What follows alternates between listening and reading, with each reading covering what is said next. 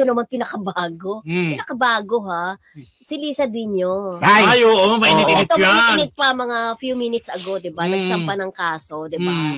Parang cyber libel. Yep. 78 counts of cyber libel. Dami nun 78 counts. Correct.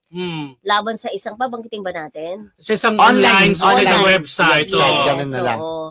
Pero ang nakakagulat may mga kasamang di ba, personalidad. Correct. Diba? Nadawit sina Terso Cruz III, dating FDCP chairman. Yes. Including yung bago, si Direk Joey Reyes, di ba?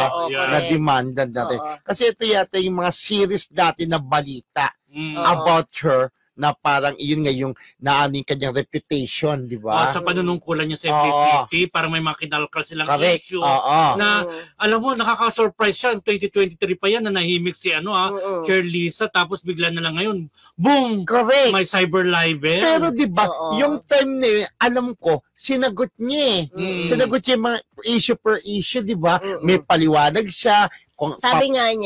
Sabi nga niya, matagal kong pinag-isipan ito. It took almost a year of endless discussions with my husband, si Aisa yun, and family because this decision is difficult to make. The entertainment industry revolves around public opinion. And by doing something like this, people might judge me all over again. Hindi ko alam kung kakayanin ko pa, kaya nanahimik na ako. Pero ito ba yung tama?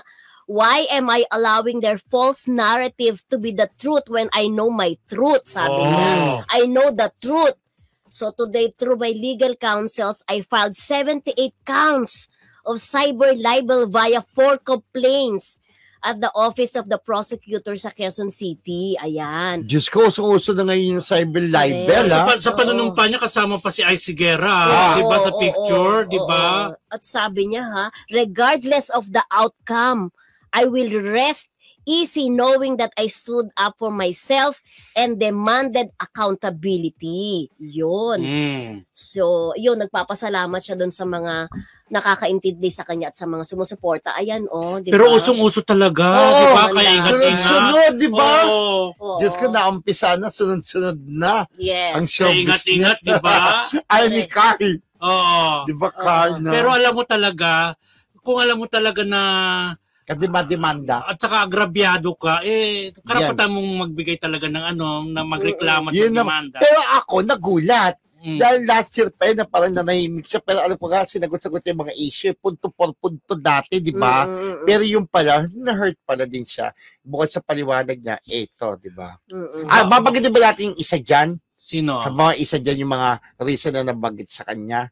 Wag na lang. Wag na lang, hayaan na lang. Basta yun nga, kanina lang po nasa yan, letter naman niya kung ano yung mga yung pagdemanda, yung mga reasons na basta may kinalaman dun sa yung dating dating panunungkulan niya sa FDCP, correct. Diba? Yes, yun. Na after po ni Chairwoman Lisa ay pinalitan siya ni Tirso Cruz III.